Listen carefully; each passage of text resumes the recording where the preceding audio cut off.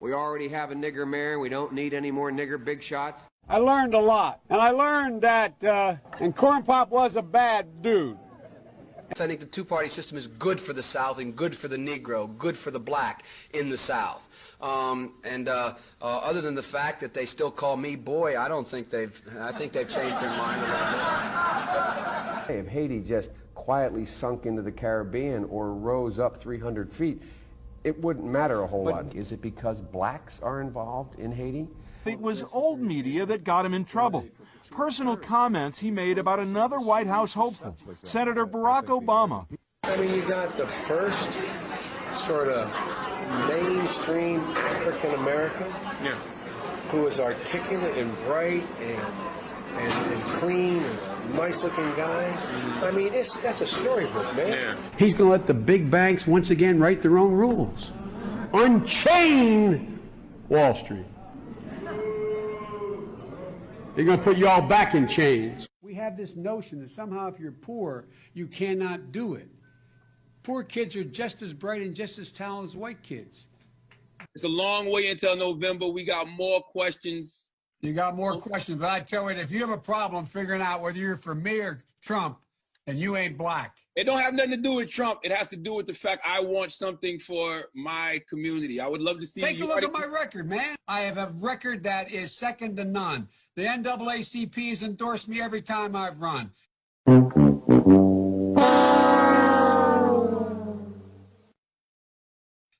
I mean, come on. Take a look at the record. Come on, baby. Let's investigate. Yeah. Joe has a terrible history in the black community, and everybody just loves him because he's the fluffy old guy. Former Vice President Joe Biden, he's run for president twice before, unsuccessfully. He's never before been the front runner. Now that he is towering over all the other declared Democratic candidates, his almost 5 decades in public life are getting some real scrutiny. On top of that list, his record on civil rights during his younger days as a U.S. Senator. CNN's Jeff Zeleny has exclusively obtained some letters written by Biden himself. Joe Biden is coming back as a solo act. I'm ready to go. With his long record facing a new look under the spotlight of the 2020 campaign. Gentlemen and ladies of the Senate. One chapter receiving fresh scrutiny comes from his earliest years in the Senate, when he strongly opposed mandatory school busing.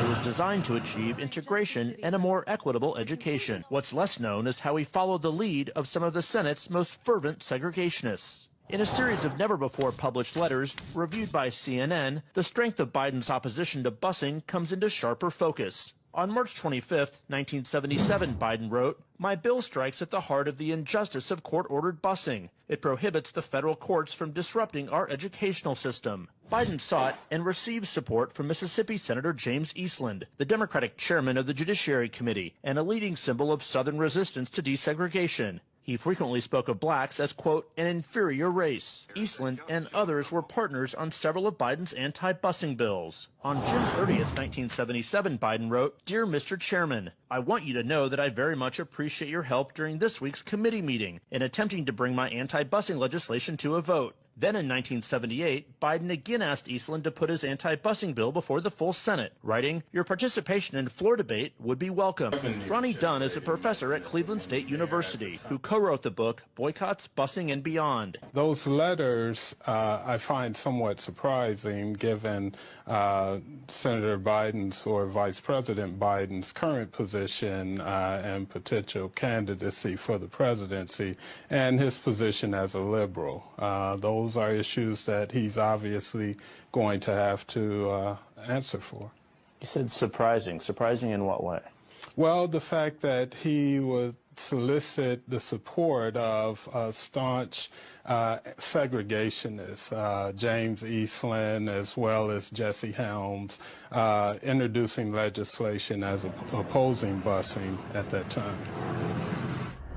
Now to the race for 2020 this morning and new backlash against former Vice President Joe Biden. He's refusing to apologize as he faces growing criticism over comments he made about being able to work with others in Washington. But his examples were segregationist senators 40 years ago.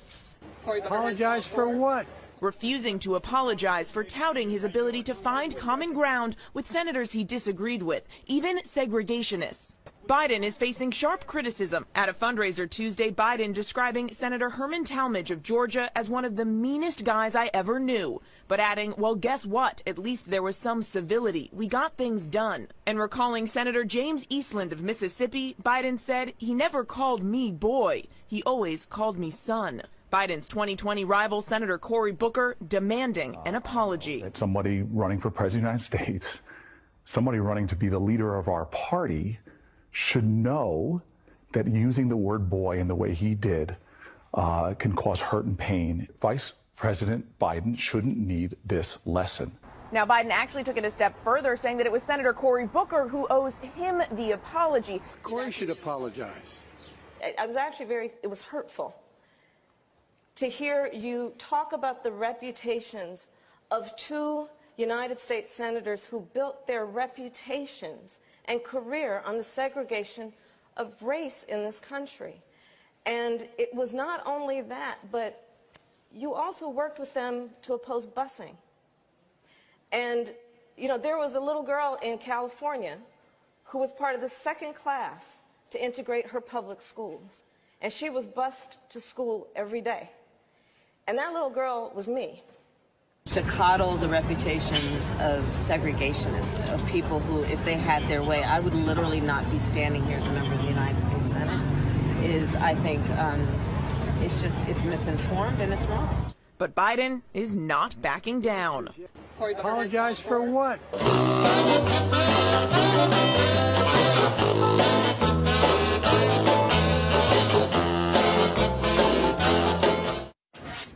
I like the idea they keep in jail longer. I'm the guy that wrote the bill requiring federal judges to keep people in jail 100% of the time for which they're sentenced. It doesn't matter whether or not they're the victims of society.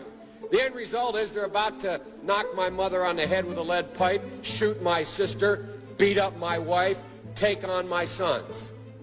So I don't want to ask what made them do this. They must be taken off the street. Increase the penalties. Increase them. I would put the son of a gun in jail. Put them to death.